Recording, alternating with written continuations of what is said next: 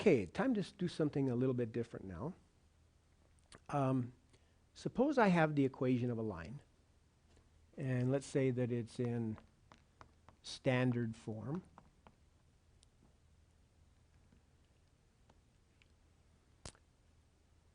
My question to you is, can you find me a solution to that equation? Now keep in mind that a solution would be a pair of numbers, one for x and one for y. So we could list our solutions in a table if you want. Jackson, you got one already? What is it? 3, 0. 3, 0. 2 times 3 is 6. 3 times 0 is 0. 6 plus 0 is 6. I agree. So 3, 0 is one of the solutions. In fact, it's called the x-intercept, right? Whenever you let y be 0, you'll be finding the x-intercept. Let's go ahead and find the y-intercept. We find the y-intercept by letting x be 0. Okay? Isaac, if x were 0, you could just cover this up, and y would have to be 2. So there's the y-intercept. Okay? How many solutions are there to this equation, Becca? Limitless number? Yeah, there's an infinite number, limitless number, she said. Okay? Because all the solutions are on that line that we call the graph of that equation. Each and every point on this line is a solution to that equation. Each and every one of those points will make this equation true. All the points up here will make it false. All the points down here will make it false. Okay? Now, here's something we've never done before. Look at this equation. Man, what a simple equation that is. Give me some solutions to that equation. You got to give me an ordered pair of numbers that makes that equation true. Rebecca? -3 and 3. Yeah, exactly. As long as y is 3, this equation is going to be true no matter what x is. So what if x was 0 and y was 3? Is that a solution? Suppose x was 5 and y is 3. Does that make that equation true? Exactly. And when we plot those points, -3, 3 is about there, and 0, 3 is right there, and 5, 3 is over here somewhere, we get a horizontal line. Horizontal lines always have very, very simple equations. This one is y equals 3. Up here would be y equals 5. Here's y equals 0. Down here is y equals -7. Y equals a number is always going to be a horizontal line. Well, similarly, look at that equation.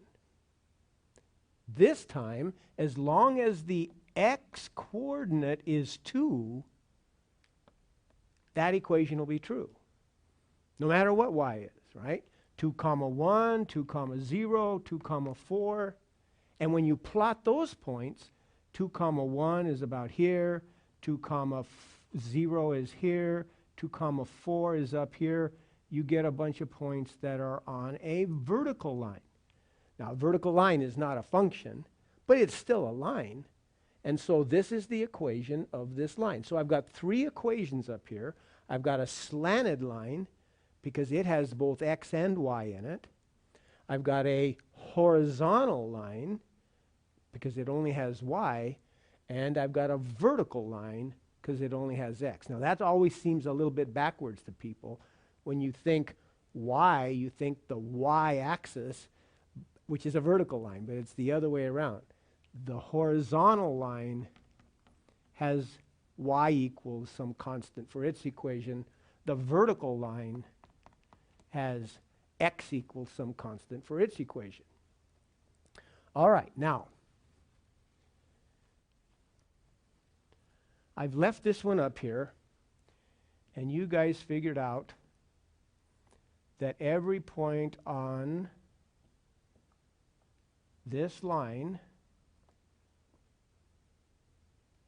is a solution to that equation. Suppose I give you another equation now, like x minus y equals 3. That's another straight line, right? That's another set of points that makes that equation true. Let's figure out a few points on that line.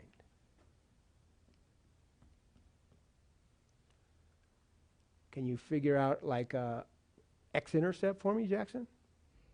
3 and 0. Yeah, if y is 0, x would have to be 3.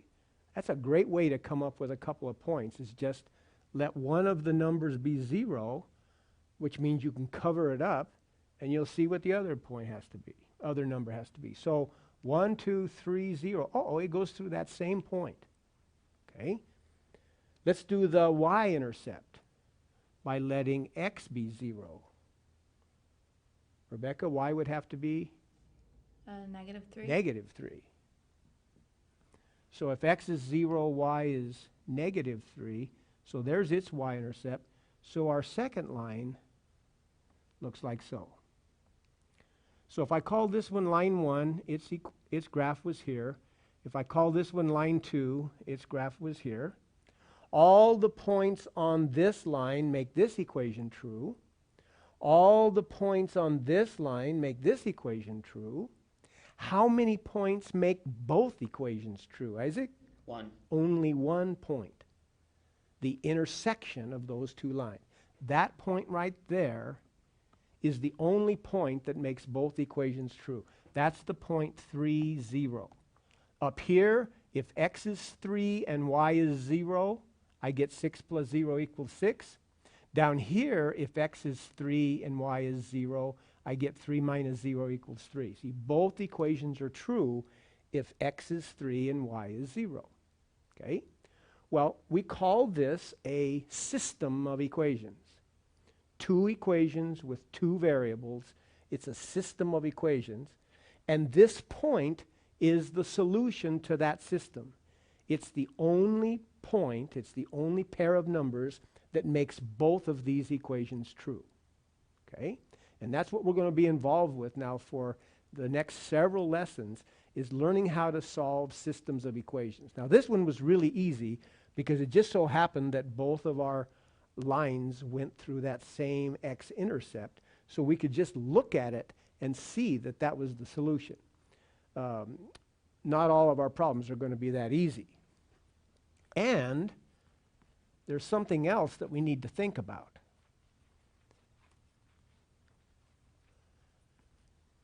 Suppose my system of equations looks like this.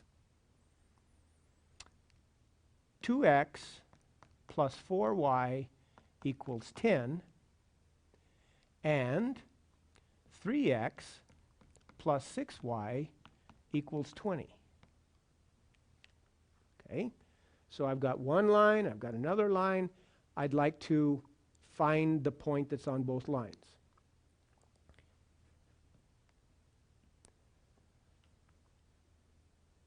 Let's take line 1. If x were 0, Rebecca, can you see what y would have to be? 2.5. Exactly. You'd have to take 10 and divide by 4, 2.5, right? Right about there. Jackson, if y were 0, what would x have to be? 5. That's a lot easier. So that first line looks like that. Okay, so this is line 1, and there's its graph. Now let's go to line 2. Okay. Whoops. Yeah, this is fine. Let's find the y-intercept first. Rebecca, what would you get for y this time? Yeah, it's 20 divided by 6, which is the same as 10 divided by 3. So like 3 1/3. Okay?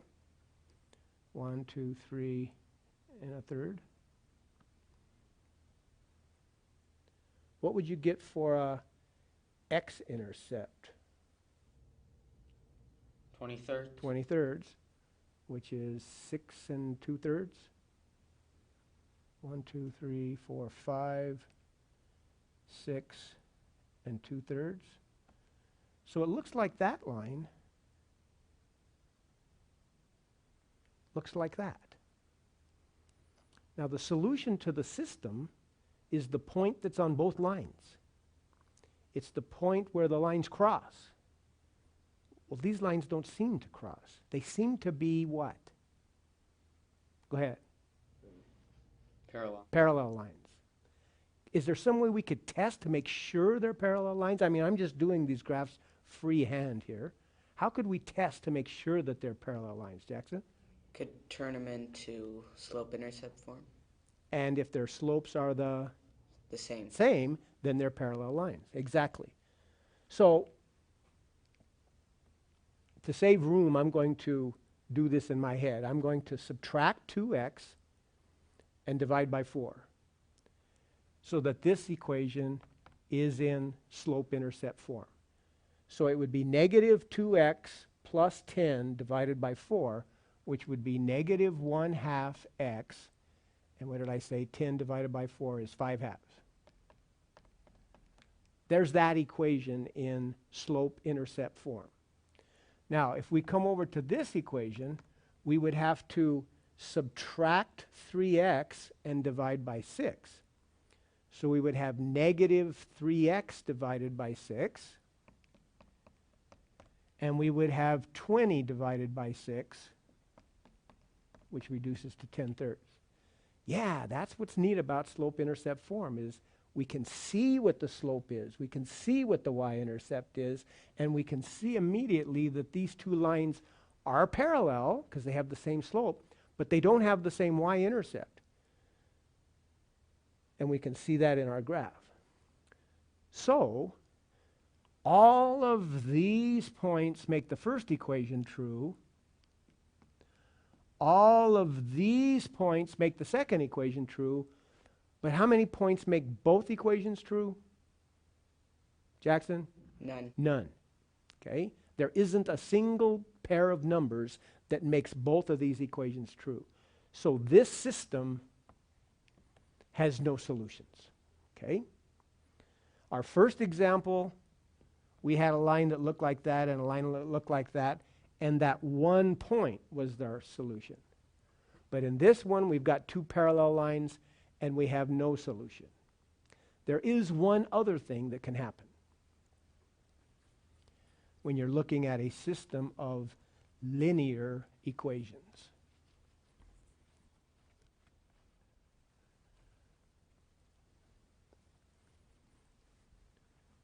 Suppose my first line had this equation.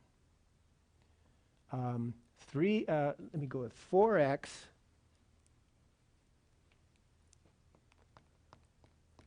plus 6y equals 12. And this one is going to be, let's say, 6x plus 9y equals 18. Okay? Now I've got a system of equations. I'm looking for the point that makes them both true. If I do a graph, in this top line, if x is 0, y would be what, Jackson? 2. So there's our y-intercept. If y is 0, then Becca, x would have to be 3. 3. So there's line 1. And now let's do line 2. If x was 0, y would have to be, Isaac? 2. So it's got the same y-intercept. And Jackson, if x were 0, if y were 0, x would have to be 3. 3. It's got the same x-intercept. These lines are not only parallel, they're the exact same line, right? The exact same line. Even though these equations aren't the same, it's the same line. Because what I did in my head was I took this equation and I multiplied all these numbers by 1.5. 4 times 1.5 is 6. 6 times 1.5 is 9. 12 times 1.5 is 18. So really, they are equivalent equations. It's just one of them is a multiple of the other. So how many points then make both equations true, Isaac? Infinite number. An infinite number of solutions, right. So those are the only three things that can happen. When you're solving a system of equations, you're either going to get 1 point or no points, or if they happen to be the same line, an infinite number of points, okay? And sometimes that's all we need to know. Sometimes we just need to know how many solutions there are. So a good way to do that is graph them. If the lines are parallel, no points. If the lines are the same line, an infinite number of points. But if they're not parallel and they're not the same line, they have to cross, and that means there's just 1 point of intersection.